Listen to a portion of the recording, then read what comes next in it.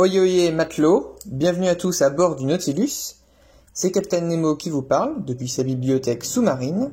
Aujourd'hui, un nouvel épisode des Carnets de bord, l'émission d'actualité de la bande dessinée VF.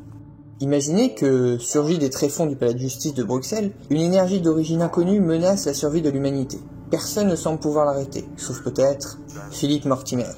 Mais depuis le mystère de la Grande Pyramide, le temps a passé. Le professeur est-il prêt à affronter les mystères de l'Égypte, qui se rappelle à lui, un physicien barbu, un maître du contre-espionnage à la fine moustache? Plongeons ensemble à la découverte de la dernière aventure de Blake et Mortimer, le dernier pharaon. Générique.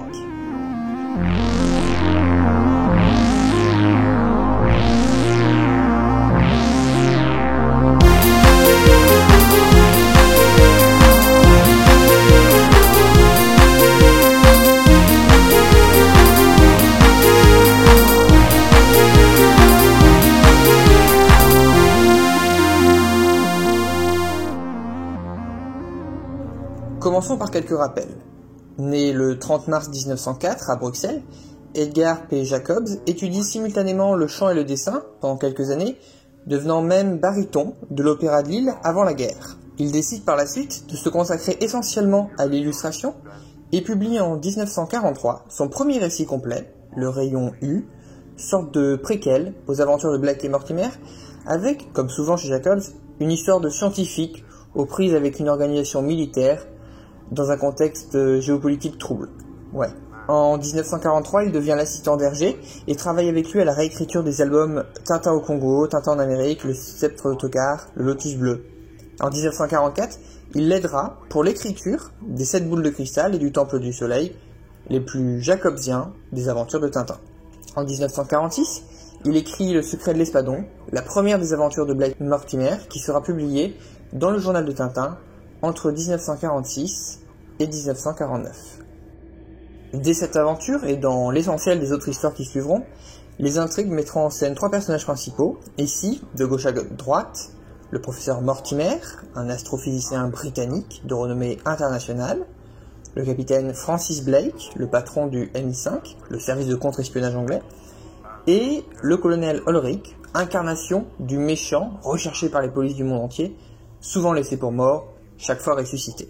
Mort chez lui à Lannes, en Belgique, en 1987, Edgar P. Jacobs n'a pas eu le temps de dessiner le second album des 3 formules du professeur Sato. Il paraîtra finalement 13 ans plus tard, à titre posthume, sous la plume de Bob Demour. Les aventures de Blake et Mortimer ont connu ensuite de nombreux nouveaux épisodes, avec des groupes d'auteurs et de dessinateurs inscrivant leurs récits dans les années 50 et 60, et dont le dessin, en ligne claire, rend hommage au style graphique du maître. Traduit dans une douzaine de langues, véritable succès de librairie, chacun de ces nouveaux albums déplace les 200 000 exemplaires vendus, faisant des aventures de Blake et Mortimer l'une des séries les plus populaires de la bande dessinée franco-belge. Voilà. Ces rappels étant terminés, nous pouvons maintenant commencer à parler de l'œuvre qui nous intéresse aujourd'hui, le dernier pharaon. Enfin, oui, je sais, ça a été un peu long. Dites-moi dans les commentaires si je dois à l'avenir réintroduire les séries dans lesquelles de nouveaux albums sortent ou si c'est pas la peine. Allez, on continue. Autour de l'œuvre. L'histoire du dernier pharaon commence là où finit le mystère de la Grande Pyramide. Il n'est d'ailleurs pas nécessaire d'avoir lu cet album de Jacobs pour comprendre l'intrigue du dernier pharaon. Blake et Mortimer se réveillent dans la chambre d'Horus, dans la pyramide de Gizeh. Ils ont perdu la mémoire, ne se souviennent même pas des raisons pour lesquelles ils se trouvent dans la plus grande des pyramides d'Égypte. 10 ans plus tard, Mortimer est appelé d'urgence au palais de justice de Bruxelles par un confrère. Ce dernier veut lui présenter une découverte qu'il a faite dans le bureau retrouvé de l'architecte du monument. Et caché dans cette pièce secrète, des vestiges d'Égypte antique fascinent les 2 personnages. Soudain, des radiations étranges s'échappent de la pièce et se propagent dans tout le bâtiment, puis dans la ville, engendrant de nombreuses destructions. Bruxelles doit être évacuée en catastrophe, une muraille est construite pour en interdire l'accès et la ville est définitivement abandonnée. Nouveau saut dans le temps, Bruxelles, zone interdite, a été abandonnée. La nature a repris ses droits, plus personne ne semble vivre dans l'ancienne capitale, si ce n'est quelques animaux sauvages. Pourtant, la ville continue d'être surveillée par les agences de sécurité, car les perturbations émanant du palais de justice restent actives, et depuis peu, elles semblent même s'amplifier. Pour éviter que la menace ne s'amplifie, les militaires sont chargés par le gouvernement de bombarder la ville. Blake doute de l'efficacité d'une telle initiative et vient sortir Mortimer de sa retraite pour le convaincre de tenter une expédition sur les lieux. Une fois encore, notre bien-aimé professeur Mortimer est seul pour sauver le monde d'une menace apocalyptique. Y parviendra-t-il? Que se cache-t-il à l'intérieur du palais de justice? Bruxelles est-elle vraiment abandonnée? Beaucoup de questions. Les auteurs? Sur cette photo, de gauche à droite, Guzing, Van der Mel, Schuiten et Durieux livrent avec le dernier pharaon une histoire hors continuité de Blake et Mortimer. Fini la ligne claire, fini les années 50 et 60, fini le style jacobsien, nos héros sont désormais vieillis et fatigués. L'équipe d'auteurs, constituée autour de Schuiten, reprend et adapte une idée d'aventure retrouvée dans les archives de Jacobs, mettant en scène nos héros dans le palais de justice de Bruxelles et affrontant la femme Ulrich. Une histoire hommage donc, mais aussi une histoire testament, puisqu'elle représente la dernière des aventures de Blake et Mortimer. Mon avis. Bon, soyons honnêtes, j'ai apprécié quand j'ai lu Le Dernier Pharaon.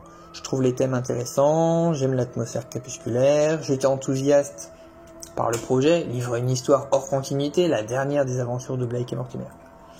Pourtant, attention, avec du recul, cet album me laisse un goût amer. Il y a certaines incohérences, notamment dans la relation entre Blake et Mortimer. Le premier, jusqu'à présent officier enthousiaste et chevaleresque, est présenté dans cet album comme un fonctionnaire devenu cynique et carriériste. Et puis, de l'autre côté, rattacher cette histoire au double album de la Grande Pyramide me semble assez artificiel.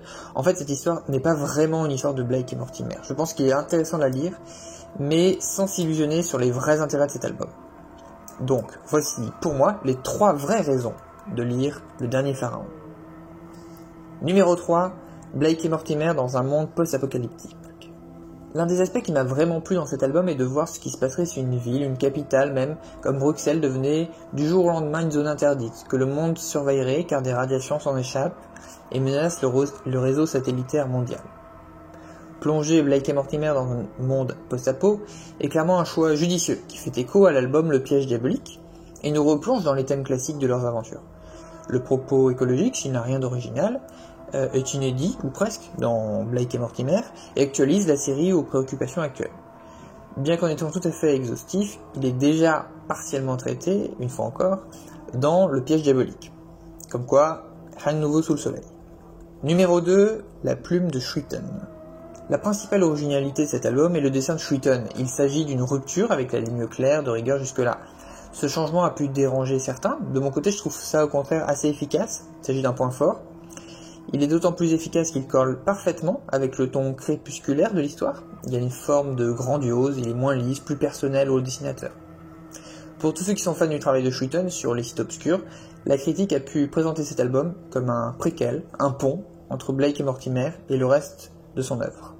Numéro 1. Faut-il reprendre les séries quand les auteurs meurent? Le travail de Schuiten et de son équipe ne convainc pas unanimement, au-delà des incohérences, parce que, pour la première fois, une aventure de Blake et Mortimer n'est pas un copier-coller du style de Jacobs. Tous les albums sortis depuis l'affaire Francis Blake sont totalement originaux, mais joués sur la nostalgie en ressuscitant les recettes jacobsiennes. Pour la première fois, on rompt avec ces recettes, c'est nouveau, c'est original. L'originalité n'est pas gage de qualité, et c'est vrai que cet album a des défauts.